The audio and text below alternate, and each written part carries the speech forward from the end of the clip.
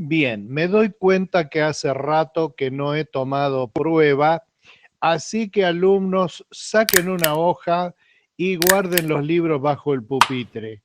Hoy vamos a tomar examen. Tema 1, tema 2, tema 1, tema 2, tema 1, tema 2. El examen va a consistir de lo siguiente. Yo te voy a contar una breve historia. La historia tiene dos elementos importantes. Uno es que es una historia de inspiración y el otro es que es una historia falsa. Te tenés que dar cuenta de que es falsa y tenés que decirme por qué razón te das cuenta que es falsa. A continuación, la historia fake news. Un aviador iba volando durante una noche de tormenta y fue derribado su avión. Entonces él se lanzó en paracaídas a las tinieblas de la noche. Cayó en una selva y el paracaídas quedó enganchado en un árbol muy alto. Mientras él estaba colgando ahí con algunos rasguños pero vivo, en esa noche espesa y el frío que le calaba los huesos, escuchó una voz que le decía: toma tu cuchillo, corta las correas del paracaídas, así te salvarás. Pero él pensaba, no sé a qué altura estoy. Si llego a caer con una herida grave será suficiente para tener una horrible muerte. Más vale me quedo aquí como estoy, que estoy con vida, y cuando salga el sol veré qué hago. Efectivamente, los rescatistas que fueron por él lo encontraron a la mañana siguiente, colgando de los correajes de su paracaídas a solamente 2 metros del suelo. Si hubiera él oído la voz que le habló, se hubiera salvado. ¿Ya te diste cuenta? Bien, efectivamente, es una historia que es muy inspiradora porque nos inspira a pensar que a veces hay que tomar decisiones arriesgadas y lógicas para salvarnos, pero es mentira porque si él escuchó esa voz, ¿cómo nos enteramos nosotros si se murió?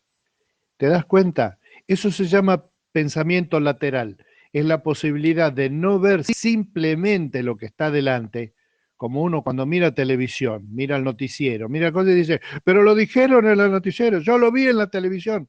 O antes, está escrito en el diario, salió en el diario.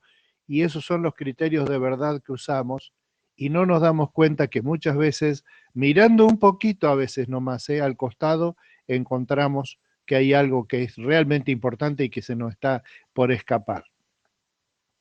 ¿A dónde voy con todo esto? A otra pregunta de este examen. Tema 2 vendría a ser. ¿Cuál es el tema más importante o el hecho más trascendente de la vida de Jesús? Bueno, probablemente alguno respondería la resurrección, porque es un caso único en el mundo de alguien que ha muerto y ha resucitado a los 3 días, ¿no?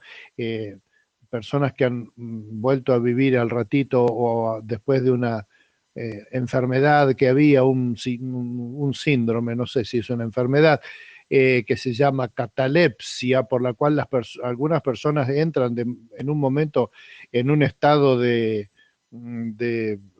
freno de todas sus funciones y son declarados muertos, pero después se recuperan, de lo cual tenemos un caso muy conocido en Entre Ríos, una querida señora que amamos mucho y que ya está con el Señor, fue a visitar, porque ella escuchaba en la radio, cuando en la radio decían, hoy falleció en la ciudad de La Paz, fulano de tal, si ella lo conocía, lo iba a visitar a la familia, para darle su palabra de consuelo, orar con ellos o algo.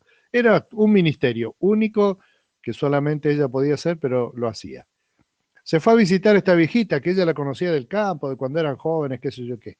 Entonces fue y en la casa y habló con la hija le dijo, sí, mira, mamá ya falleció, estábamos esperando hace varios días que ya, estábamos esperando que parte y de repente este, ya falleció. Si querés está ahí en su pieza, si querés entrar y verla. Y entonces ella entró, estaba la viejita con un pañuelo atado en la cabeza, tratando de respirar en el poco hueco que le había quedado en la boca sin diente, apretada con un pañuelo. Uy, qué impresión, fue un desastre. Empezaron todos a los gritos, la viejita estaba viva y la habían dado por muerta. Y fuera de lo tragicómico de esta historia, a los días ya ahí nomás falleció porque efectivamente estaba mal, pero a donde voy es a el tema de la muerte y la resurrección es un tema sorprendente. Sin embargo, si vos usás una calculadora y lees todo el Nuevo Testamento, y de hecho si lees toda la Biblia, el hecho más relatado de Jesús no es el pesebre, no es la resurrección, es la muerte de Jesús. ¿Por qué? ¿Dónde está la razón lateral? Bueno, el apóstol Pablo en Romanos 5, 6 al 8 dice así, pasaje bastante importante en la Biblia, monumental, diría yo, por esa capacidad de decir las cosas, ¿no? Dice Pablo así, a la verdad, como éramos incapaces de salvarnos, en el tiempo señalado, Cristo murió por los malvados. Difícilmente habrá quien muera por un justo, aunque tal vez haya quien se atreva a morir por una persona buena. Pero Dios demuestra su amor por nosotros en esto, en que cuando todavía éramos pecadores, Cristo murió por nosotros. El hecho central de la Biblia y de la vida de Jesús y por lo tanto de lo que llamamos la buena noticia de la salvación es que Jesucristo hizo todo lo que tenía a la mano para hacer, que fue dar su propia vida en favor nuestro para que los pecados nuestros los pagara Él, cuando nosotros todavía no éramos creyentes, digamos. Es decir, mientras nosotros estábamos haciendo todo con indiferencia hacia Él y en actitudes que a veces eran francamente desafiantes a Él, por amor a nosotros, murió para que nuestros pecados sean perdonados. Eso, en síntesis, se llama en la Biblia Evangelio.